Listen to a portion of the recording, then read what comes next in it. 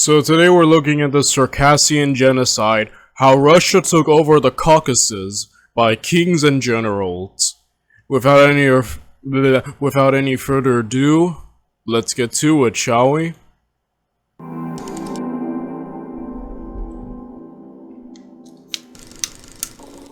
The sad truth about the era of colonization is that campaigns of conquest of lands and the so-called civilizing of indigenous peoples were very often accompanied by gruesome violence and genocidal actions. Imperialist powers would plunder, rape, pillage and murder after dehumanizing native populations in the name of civility, progress, divine justice, and their own racial superiority. Western empires are often the main targets of criticism in that respect, and rightly so, but they were not the only perpetrators. The Russian Empire has its own history of violence against indigenous populations in its quest for expansion, and the Circassian Genocide is one of its bloodiest atrocities. In this video, we're going to describe the long history of violence by the Russian Empire against the Circassian people. This all had to Yeah, definitely. I think that's kind of a sad truth of expanding often, you mentioned colonization, and you often hear about it a lot with Africa, just how Europe completely just jumped the continent of Africa and the many strongholds that they had there. I think even you could kind of compare it to America. Like America, I guess a part of our history which some people might be a bit iffy about, or at least a lot of people, is certainly the expansion at the expense of the Native Americans. Yeah. Probably one of the biggest parts we talked about that in our own history is the Indian Removal Act, followed by the Trail of Tears, that happened under the administration of Andrew Jackson, and it's a lot to it, obviously. Yeah, it's a pretty ugly part that a lot of great nations and countries have kind of. It's hard to say. Everyone has done bad to this degree, and you can definitely see, Russia, just like anyone else, definitely ain't different. Like, I don't know many great countries who don't have somewhat of a bloody past that we would obviously look back with our modern sensibilities and be like, oh, that's a little messed up. At this point, probably won't more than a little. Little's an understatement. I guess what I'm trying to get at is that, even in our own countries, we can kind of look back and see, like, we weren't always perfect. Like, obviously, I love America. I'm an American. I love my country. But even I can look at certain points and be like, come on, guys. Like, with how long it took to get rid of slavery and etc. Yeah, like, it's a shame sometimes, But there's I guess no one's fully innocent, I think. Before we get into the main topic of this video, we should first introduce its titular people, the Circassians. In the 20th century, Europeans stereotyped the Circassian people as half-savage, semi-nomadic mountaineers with fierce warriors and beautiful women. But obviously the truth is way more complicated. For centuries, the Circassians, or Adigeans as they call themselves, lived in a vast territory on the shore of the Black Sea and in the mountainous areas of the North Caucasus. Likely descended from the ancient Cimmerian peoples, the Circassians have an ancient presence in the Caucasus. In antiquity, they had contact with the ancient Greeks and Romans, who referred to them as Zygae. Centuries later, the Circassians were Christianized by the Byzantines, but it seems that this conversion was never fully complete, and many Circassians still held firm to their traditional folk cultures and religions. In the 13th century, the Mongols drove through Circassian lands, calling the people there Jerkis, one who blocks a path. The next important milestone of Circassian history was the process of Islamization, which came about due to increased interaction with the Crimean Tatars. However, like with Christianity, the Circassians never fully committed to becoming Orthodox Muslims, and aspects of their old folk religions endured into the Islamic era. Circassia had a clan-based society consisting of 12 large tribes and several smaller tribes. They spoke different dialects of the same language, and often fought each other. However, when there was an external threat to all of the tribes, the Hasse, an assembly of all tribe leaders, could be called. Circassian society was hierarchical and communal at the same time. It had 4 distinct classes: princes, pshi, nobles, wak or uzden, freemen, tokav, and serfs, pshitil. However, the Circassians also emphasized communal support. For instance, a Circassian had a right to take his neighbor's horse without asking for permission, under the understanding that the horse would later be returned. Circassians engaged in animal husbandry, crop cultivation, and trade of goods like furs, leather, wax, honey, copper, wood, and jewelry.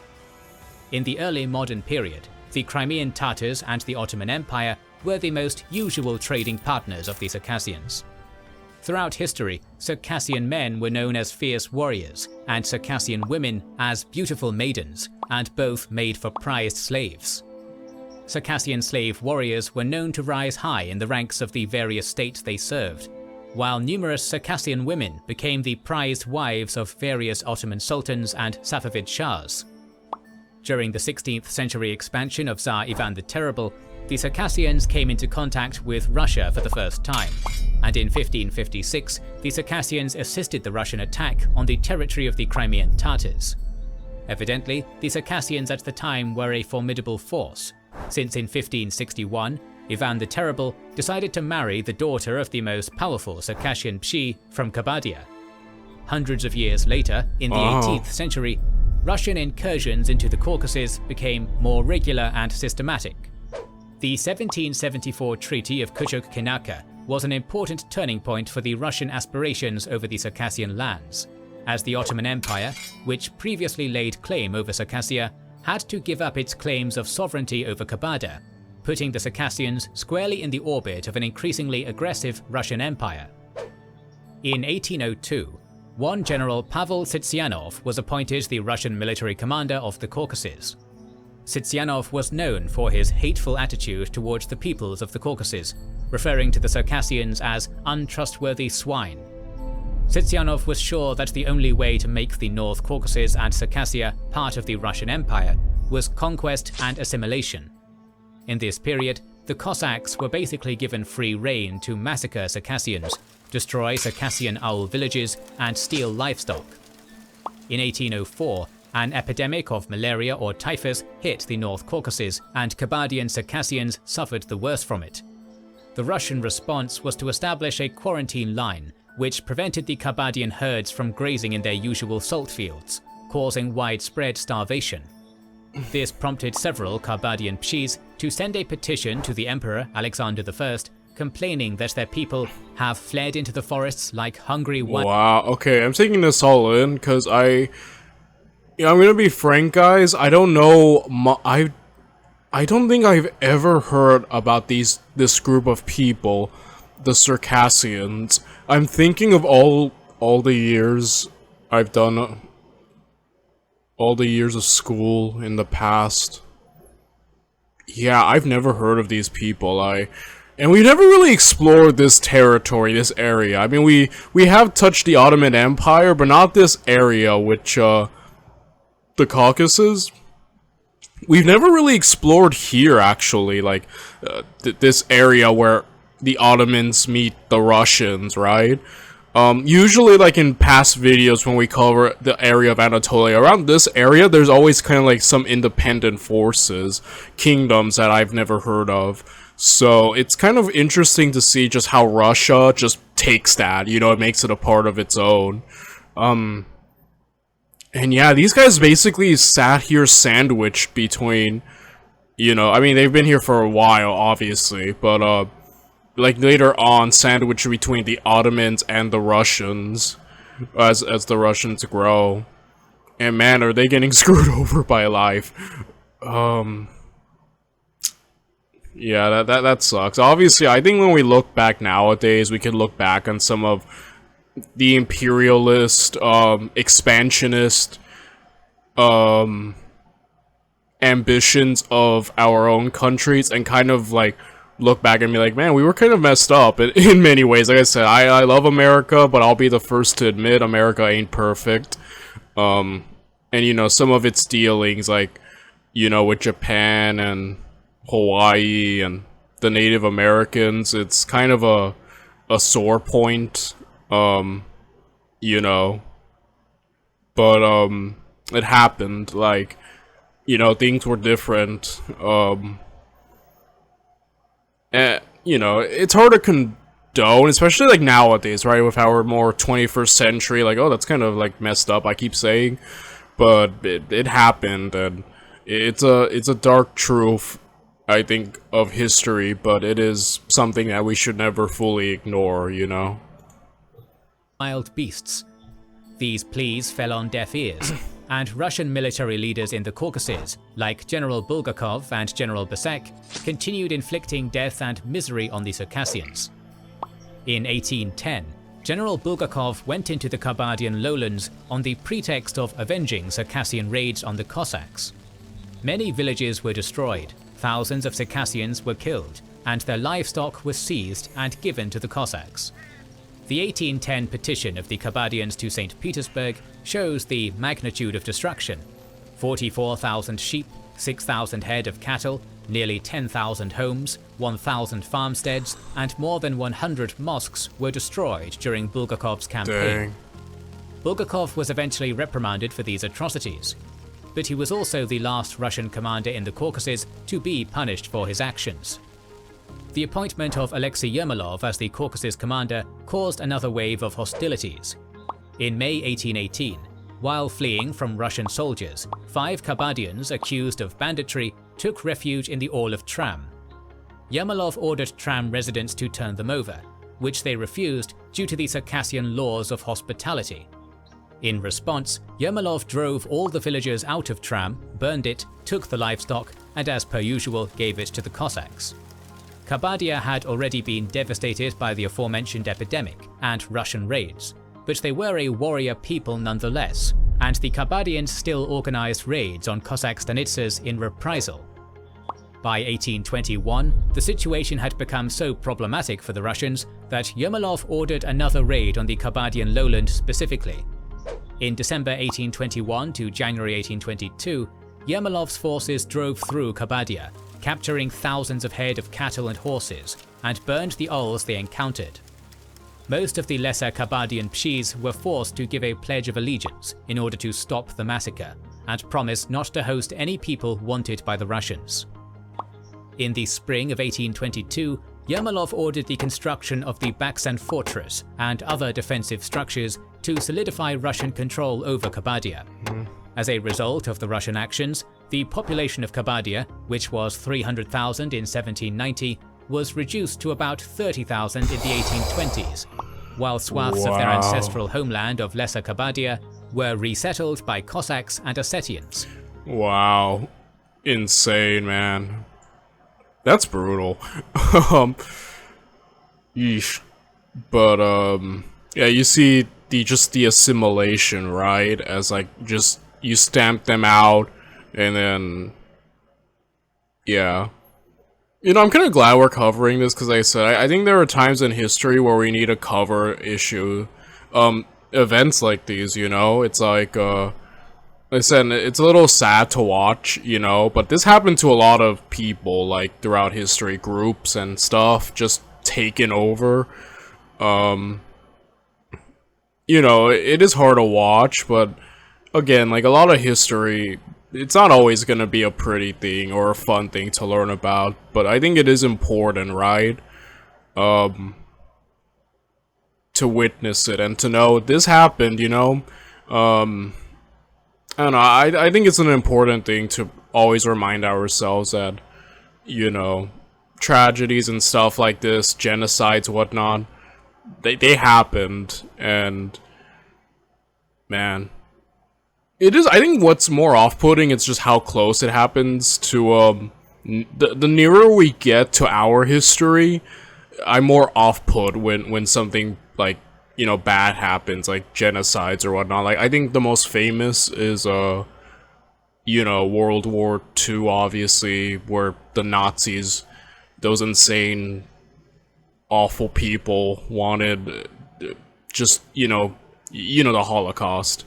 And, what off-puts me is just how close that is to our time, because, you know, when we're watching, like, things from, like, the Bronze Age, or, you know, antiquity, and we see the, like, barbarity or brutality of humans, you know, kind of like, it's easier to disconnect, only in a sense that, look at how much more civilized and advanced we are as you know, human beings and as societies, and then, you know, and then you see something like World War II, and you're like, oh, yo, like, if we get out of line, we can inflict even more damage, you know, like, it is frightening, you know what I mean? It frightens me and worries me, just like the, in some times, I think sometimes we might want to think that we're better, we're much more advanced, we're much better than we were in the past, and I think in some areas we are, for sure. I'm not saying we haven't advanced, but, you know, the fact that things can, like, you know, genocides could happen so close to our time should probably be a good reason to study history, right? Like, the most famous saying in terms of history is, those who don't learn from it are doomed to repeat it. So it is necessary to look at it, and, you know, we can't hide it.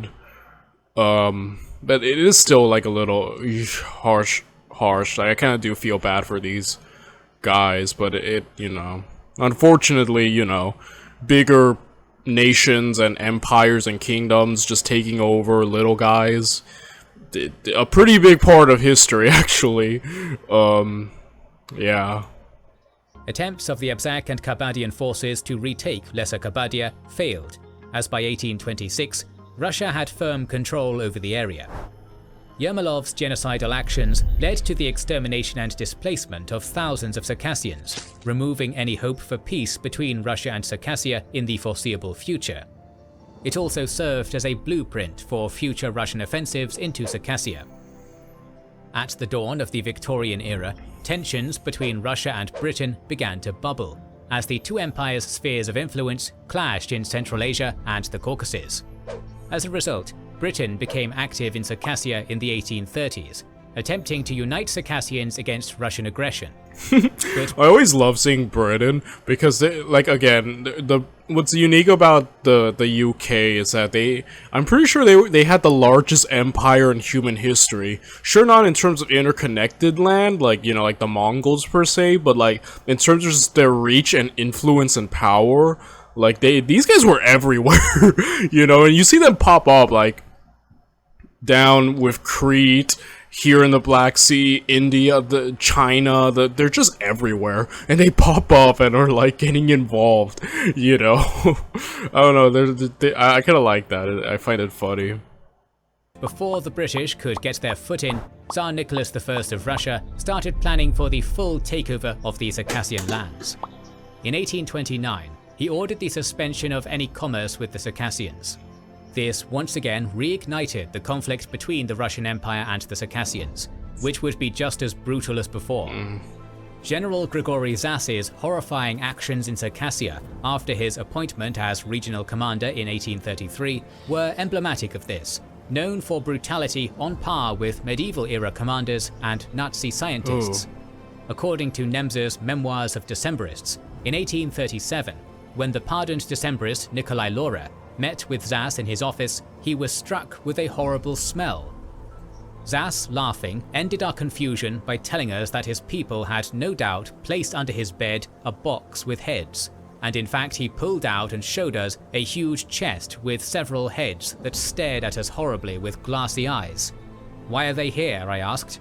"I'm boiling and cleaning them, and then sending them to various anatomical offices and my academic friends in Berlin." These were Circassian heads. Oh my god. In 1837, dude, that's like a horror movie. But I actually have heard, like, oftentimes people would, like, you know, kind of, like, use bodies and sell them. Like, actually, selling bodies and corpses to, like, doctors and, like, upcoming medical people for research was a common thing. I know these two serial killers. I forgot their name, but essentially what they would do is like basically suffocate their victims, these two guys, and then sell the corpses to I think one of their medical friends who would obviously use them for research. So I do know that I'm not sure that practice is still around today. I don't fully imagine, but I think like the Victorian-esque era, it's kind of where you hear about that more. The selling of corpses, and like I guess some people's shady things is that they never ask where the corpses came from, right? At least in the case of those two serial killers, like, you know, they were getting away with murdering people. They fortunately were caught, but that kind of just reminded me. But bro, dude, that's such a horror movie. Imagine seeing that, like, and then he's just laughing, like, oh, don't worry about it, I'm just gonna, you know, sell it, like, just all casually. Again, like, in the past, you know, humans are still capable of very dark things. I mean, the Holocaust happened so close to us, but, like I said, that's the worst part. I'm like, when we're watching really old history, I'm like, well, you know, we're a bit different now than the ancient Romans, and then, you know, the Holocaust, I'm like, ugh. In some ways we are better, and in some other ways humans kind of have remained the same. Yeah, it's a bit tragic, but you know, it is what it is, I guess. It's just the world. Nicholas I travelled to the North Caucasus. One of the intentions behind Nicholas's visit was to summon Circassian tribes to voluntarily pledge allegiance to the emperor. Obviously, the unbowed Circassian princes had no intention to submit to the Russian emperor. To save face for the Tsar, one General Vilyaminov, who had been fighting the Circassians for 20 years, ordered already submitted elders and pshis to come and act as if they were pledging their allegiance then. Still looking for a new job? But apparently this meeting did not convince Nicholas I, who intended to subdue Circassia as soon as possible before the British could intervene. Meanwhile, British agents acted on behalf of the British government to mobilize Circassians against the Russian invasion. In 1834, one David Urquhart, also known as Daud Bey to the Circassians, held a meeting with Circassian leaders, urging them to unite their tribes into one nation. Urquhart even later claimed that he was the author of the green Circassian flag, which is used to this day. In April 1838, the Briton James Bell took part in the Adagam Hasse and promised Circassians a British intervention. This motivated the Circassians to take an oath of resistance against Russia. However, Bell by no means was speaking on behalf of the British government and was making promises he could not keep. Indeed, these unfounded and later unrealized British promises were not helping the Circassians, since their situation continued to deteriorate. The Russians were— Dang, that sucks. That's like the only reason they did is because they thought they had a powerful ally. Oh, that sucks. Successfully blockading Circassian trade from the Black Sea, which was important for Circassian survival. This was exacerbated by a poor harvest in 1839 that caused widespread famine. Pathologically brutal, the Russians saw starvation as their ally in this war. For instance, Russian Admiral Lazar Serebryakov proposed to destroy the remaining Circassian crops to ensure more Circassian victims. Furthermore, the Russian military continued punitive attacks on Circassian ols throughout the 1840s. Field notes of Russian military commanders operating in Circassia rarely went without mention of the destruction of ols. Around this time, they started using the term ochishenia, cleansing, to describe the burning of villages as they continued systematically killing and expelling Circassians and resettling Cossacks in their lands. Despite all the suffering, the Circassians continued to ardently resist Russian attacks. There were also hopes— Yeah, I have to kind of give it to these guys. They're just getting like completely like dominated by the Russians, yet I'm surprised that they keep going. Like, they definitely do have a fighting spirit, and it does mention they were a warrior group. But, unfortunately, they're messing with an enemy that they can't overcome, nor will be reasoned with, right? Russia basically wants it. It's gonna take it. They never had a chance, guys. That's kind of the vibe I'm getting. unfortunately. To coordinate with Imam Shamil, a leader of the Caucasian Avar peoples leading an Islamic resistance against Russian expansion. In 1842, a representative of Shamil went to Western Circassia to gain the allegiance of local tribes. He succeeded with the Shapsug, Natahe and Ubik tribes, but failed to convince others. An alliance was hampered by the fact that the majority of Circassians had no interest in joining Shamil's imamate. Hence, forging a common cause between Imam Shamil and the Circassians against Russian aggression did not gain much traction. In the middle of the century, a ray of hope emerged for the Circassians when Britain and France declared war on Russia in the Crimean War. The Crimean War, yes. I'm actually going to be watching a map video of that tomorrow. You might have gotten the update. But it'll be cool. It's been a while since we've done a map watch video. In March 1855, the British Navy attacked Novorossiysk, forcing the Russians to abandon the entire Circassian coast of the Black Sea. Thereafter, the British Army came into contact with some Circassian tribes, including the Zenoko.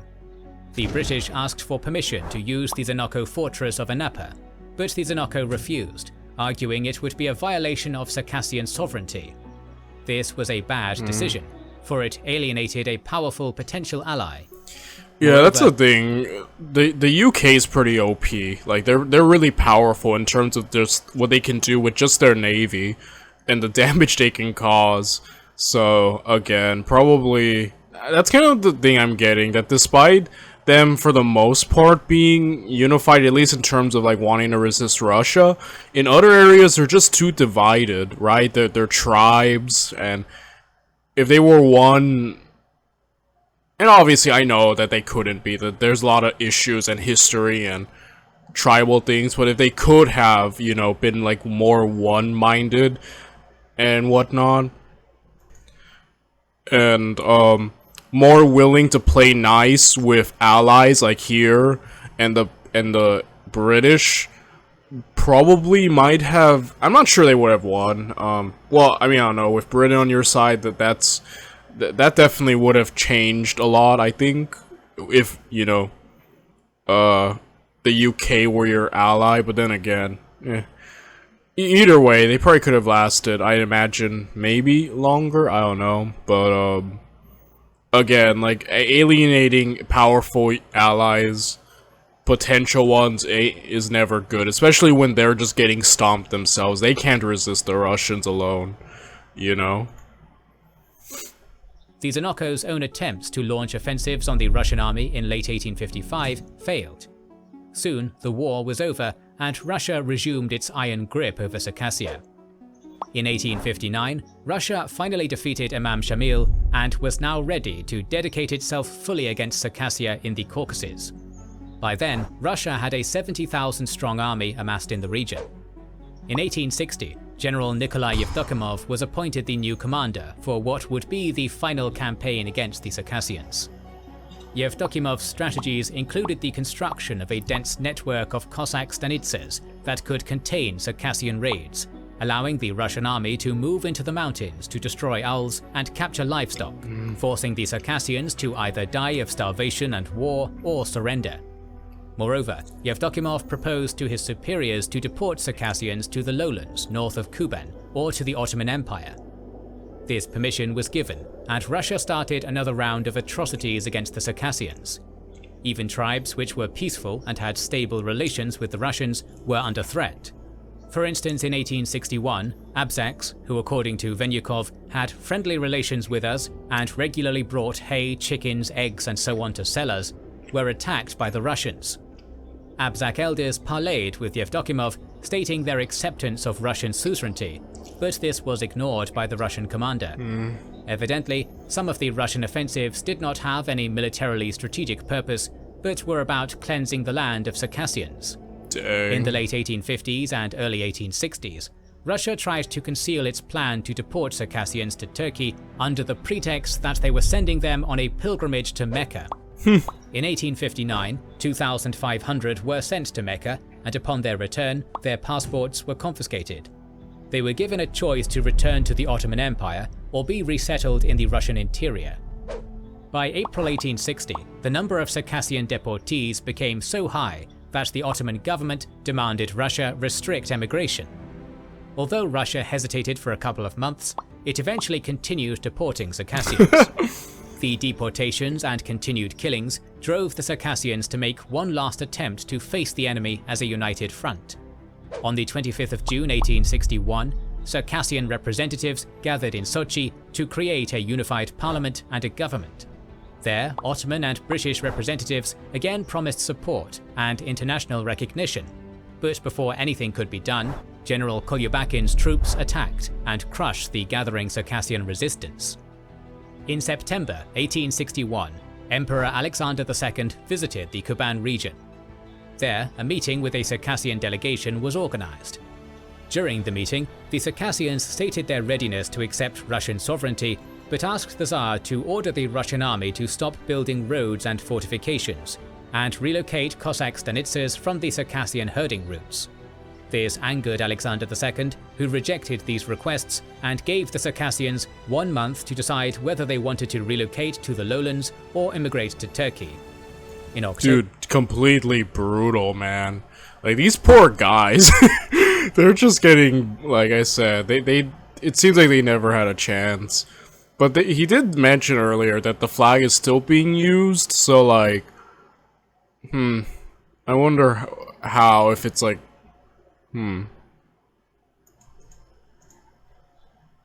Many Abzaks, Shapsugs, Ubiks, Timigoys, Mahoshes, and Igerikes agreed to emigrate to the Ottoman Empire.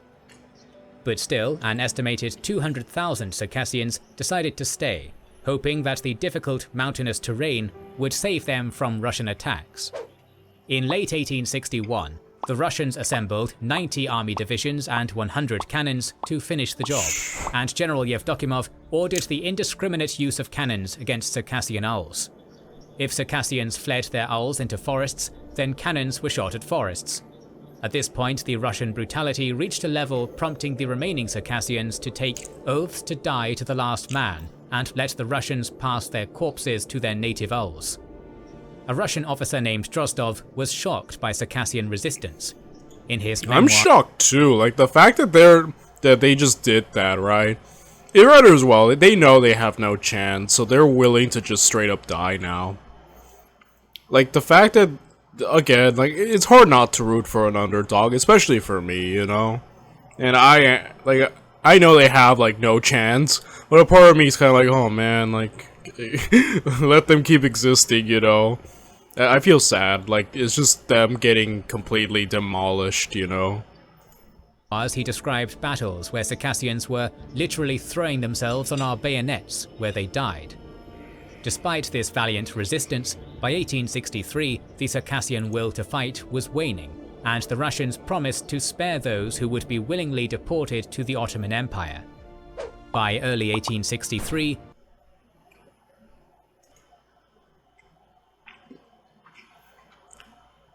I'm sorry, I'm eating bacon because I'm hungry. the war was all but over, and further Russian actions could only be described as the ethnic cleansing of a civilian population. Yevdokimov's tactics of ethnic cleansing were very methodical. He would send units to an area to search for owls. The remaining Circassians would often flee into the forest. Russian units would burn the owl and take all the food and cattle.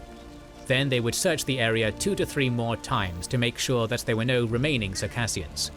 Cossack stanitsas were built in the place of destroyed owls so that Circassians would have no place to return to. Some Circassians still resisted.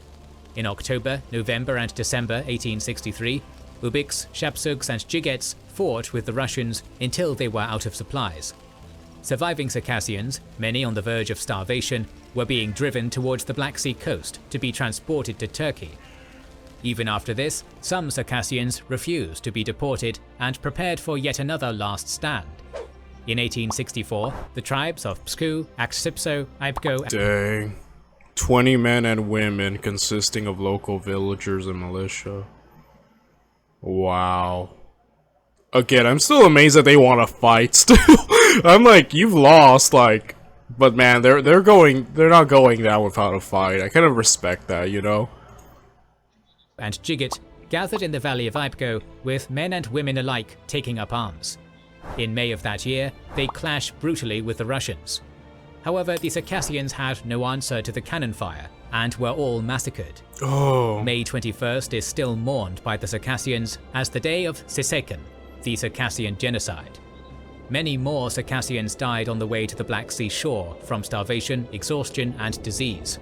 Moreover, overcrowded ships carrying Circassians to the Ottoman Empire would sink, leading to the death of thousands more Circassians. My god. It is very difficult to claim the exact number of Circassians who died during the Russian invasion.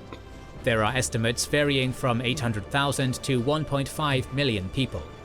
Several Circassian tribes, like Ubiks and Sanais, were completely exterminated. Others lost more than 90% of their population. Hundreds of thousands of Circassians emigrated, and to this day, the Circassians are a largely diaspora people. We can dispute the number of Circassian deaths, but General Rostislav Fadiv, who was the aide of the Russian commander-in-chief in the Caucasus, Grand Duke Mikhail Nikolaevich, makes the intentions of the Russian Empire in Circassia in his memoirs very clear. Exceptional geographic location of the Circassians on the coast of the European Sea, which allowed them a connection with the whole world, did not permit us to just subdue the people living there in the ordinary sense of this world. There was no other way to unequivocally ensure that this land belongs to Russia, but by making it Russian. Measures which worked in the Eastern Caucasus would not work in the Western Caucasus. We had to turn the eastern coast of the Black Sea into Russian land, and for that, we needed to cleanse the coastland from the mountaineers. We needed to exterminate a significant portion of the population living around Kuban to make sure that the other part would surrender. Displacement of the mountaineers and settling the West Caucasus with the Russian people was the plan. More videos on the early modern era are on the way, so make sure you are subscribed and have pressed the bell button to see them. Please consider liking, commenting, and sharing. It helps. Yeah, but it's nice to see. I just did a quick Google search, you know, that the Circassian peoples are still kicking and, you know, around, and that's nice, you know. But it is sad that was definitely a dark video, not really fun to watch, but important. And I think that's the thing about history. It can be fun, but there are times you need to confront, you know, darker aspects of human history, human behavior, and things. It's the word cleansing that gets me. It's like, oh, it's like, you know, the clinical aspect of it, it's like off-putting in how it's used to justify things like this. But again, a lot of great nations and, you know, empires and kingdoms did this. Like, this is a part of, you know, human history. And, you know, I think it's sad to think that the Circassians certainly weren't the first nor the last that things like this happen to groups of people. And it's sad, but again, it's like, what can you do, right? Again, a very downer of a video. I feel bad for them, but yeah, what's done is done, eh?